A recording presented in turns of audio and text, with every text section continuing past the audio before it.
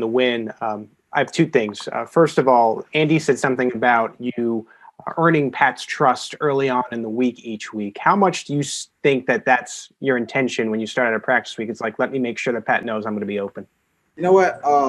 Each and every week, I try to go out, and be – I mean, each and every week I try to set the mindset of working hard for this team and, giving my all, because, that's just the way my mom raised me, So, it doesn't matter if I'm hurt, if I'm gimpy, limpy, it doesn't matter. I'm going to go out and try to get the trust of the QB, So it may be a few plays I may feel sorry for myself, but best believe, I'm going to come right back the next play and give Pat 110, and he knows that, So I'm going to continue to do that, and I'm going to continue to, push the other guys to do it, because they do it too. It's not only me, it's McCole, it's Sammy, it's D-Rob, it's Kelsey.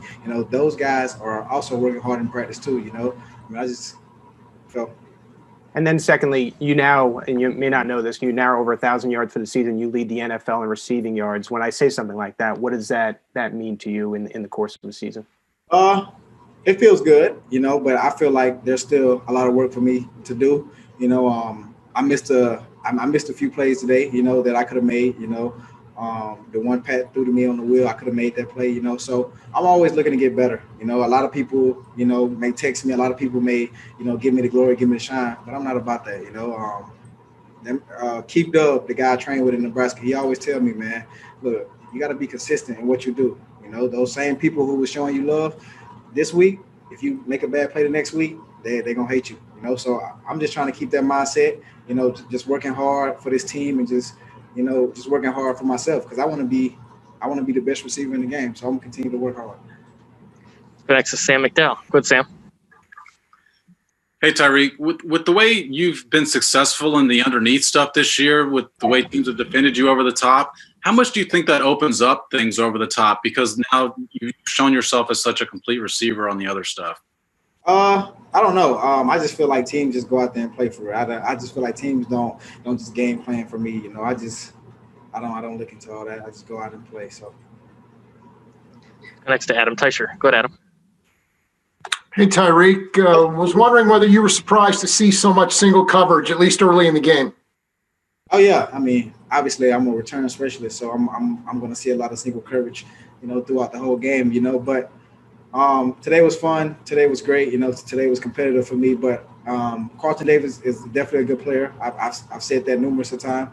I've watched film of him throughout the whole season. He's been a baller, So I was just real excited for the matchup, Let's go next to Nate Taylor. Go ahead, Nate. Hey, Tyreek, I'm just interested. When you know that you're running a double route, a double move, just one, how much does that excite you when you know where you are on the certain side of the field? And then what makes you so successful on those double routes? I think the thing that I think about most, like on the first deep touchdown, the out and up, I was thinking about how far of a run that I had. I was like, you know what? I feel like Pat is going to throw this ball about 70 yards, so I'm going to have to really stretch out here. Like, that's the only thing that I be thinking about. I don't think about nothing. I just be like, man, I'm really going to be tired after this play, because if I don't catch it, G-Lou going to leave. G-Lou and Coach Reed and EB, they're going to be like, stay in. And then if I do catch it, I got to run full speed to the end zone. So I just be thinking about how tired I'm going to be, Got time for one more, guys. We'll go last to Todd Lebo. Go ahead, Lebo. Hey, Tyreek, the big day, obviously, and all the touchdowns are fun, but maybe the biggest play might have been the one at the end to ice it. Just take me through the thoughts that you guys all had in that little 4-minute offense to try to know that you didn't want Tampa to get the ball back and how important it was and how big that play was.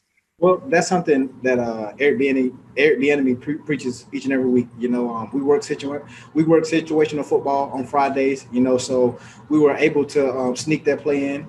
It's like a mini comeback from the inside. With Sammy rubbing, my guy. Because it was man to man, and I was able to win. So like I said, I may get all the glory, I may get all the shine, but Sammy really made that play happen. He made my guy loop over the top, and I was just able to come back for the comeback. Pat threw an amazing throw. I caught it, so got the first game over. Hey, Patrick, Tyreek's big game today. Just a question of you guys taking advantage of a matchup that you like there, or is there more to it than that? And Brad, I'll have one quick follow-up as well. Yeah, I don't think it was necessarily a matchup, but it was man coverage with no one over the top, and so we don't get that a lot, especially with that guy and his ability. And whenever we do, we try to take advantage of it. Okay, and you've thrown a lot of touchdown passes. Obviously, you've scored a few yourself. You almost caught one today. How disappointed are you? You didn't get your first TD catch, and what was the name of that play, by the way? God, man. Well, me and Travis made it up first off, and we called it Black Pearl because we're bringing it to the Bucs and the Pirates of the Caribbean and everything like that. And I talked him into it. Coach Reed for sure told him if he can run it first. But I just kind of talked to him on the side and was like, if I'm open, man, just throw it to me. So I think that little hesitation that he had was just because I had talked to him too much about it. Let's go next to Nate Taylor. Go ahead, Nate. Patrick, when you look at obviously the pre-snap and what, like you mentioned, just getting that single high safety, just how much does it still surprise you when you know 10's out there? And my second part of this is how much, Tyreek mentioned Sammy today as being a part of his success. Just how much was that a part of the offense really clicking in the first half, having Sammy back? Yeah, definitely. I mean, Sammy being able to work the middle of the field, even when he's not getting the ball, he's getting other guys open. And then as well as at the beginning of that game, they were, instead of that safety going over the top of Tyreek, they were going over the top of Travis.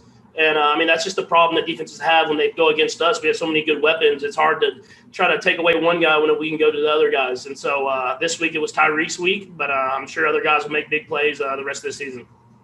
Let's go next to Sam Mellinger. Go ahead, Sam. Hey, Patrick, I know you want to throw it every down, right? But at the end there, those last two plays, a lot of teams would have just run the ball, right, to melt some clock. What is your mind like in those situations, just sort of risk-reward balance when you know you got to keep the clock going? Yeah, I mean, it's just it's a lot of trust Coach puts in me to make the right decision. You can see that I'm trying to get the ball in my hands quickly, get it to the guys, let them make plays in space. And another thing, I mean, they have a really good defense, especially against the run, and so they're getting a lot of penetration up front. And I'm trying to get to our playmakers in space and let guys make plays. Next is Sam McDowell. Go ahead, Sam. Hey, Patrick, you touched on this a little bit, but how much do you feel like Travis's success this season, but also Tyreek's success on the underneath stuff kind of opened up what you saw today up top? Yeah, I think it's just taking what's there. I think that's the biggest thing. I mean, you've seen how teams played us these last few weeks, and they're playing very far back. And we were able to find ways to move the ball down the field and score that way. And then this week, especially at the beginning of the game, they kind of came up and played tighter and played up close. And we were able to hit some shots downfield. And that's just the maturity of this offense as a whole, of knowing how to run their routes based off the coverages that they're getting, and then I try to get them the ball and let them make plays. Let's go next to Darren Smith. Go, Darren. Hey, Patrick. First of all, congratulations on the win and the great stats that you put up today. But I'm kind of curious with the offense and some of the play calling in the first half. It looked like you all may have been a little too cute by half with some of the design plays. I know you talked about the play with Travis Kelce towards the end zone, but how concerning is it to where, I guess from the outside looking in, it looks like you all should have been up maybe 28-0 before the Bucs scored, and then it ended up being a one-possession game towards the very end. And then I have a follow-up, Brad. Yeah, well, I mean, that just comes down to execution. I mean, we had the play with Travis designed and ran the way we wanted it to be ran, and we had the options and the availability that we wanted. And we've ran plays like that all year long. We're doing different motions and different type of stuff like that, and they've worked out. And when you play a good defense and you don't execute in the red zone and you get field goals instead of touchdowns, the game stays closer than you want it to be. And so that's just about execution and us just making sure that we execute whenever we get our opportunities. And also, this is your first time playing in Tampa Bay. Did you feel like you got used to it enough that you could come back and do the same thing again in February? Man, I hope so. I mean, it was hot. It was definitely hot early when the sun was out. But once that sun went down, I felt like I was back in Texas, and it was pretty nice to get this weather. But just like that, I'm ready to get back to Kansas City and get a cold one this next week. We'll go to Mike Jones for the last one. Go ahead, Mike. Patrick, this is supposed to be kind of like billed as a potential Super Bowl preview. If you guys come out and get the win like this, what does it do for your confidence, or just for if you guys see them again in the postseason? Yeah, I mean, you get a familiarity with the stadium, with the process of going to the hotel and the city, and that's definitely something that eases your mind when you try to get to the Super Bowl. If you know you've been in this place before and you understand what kind of the pregame and stuff like that happens, and then to be the good football team.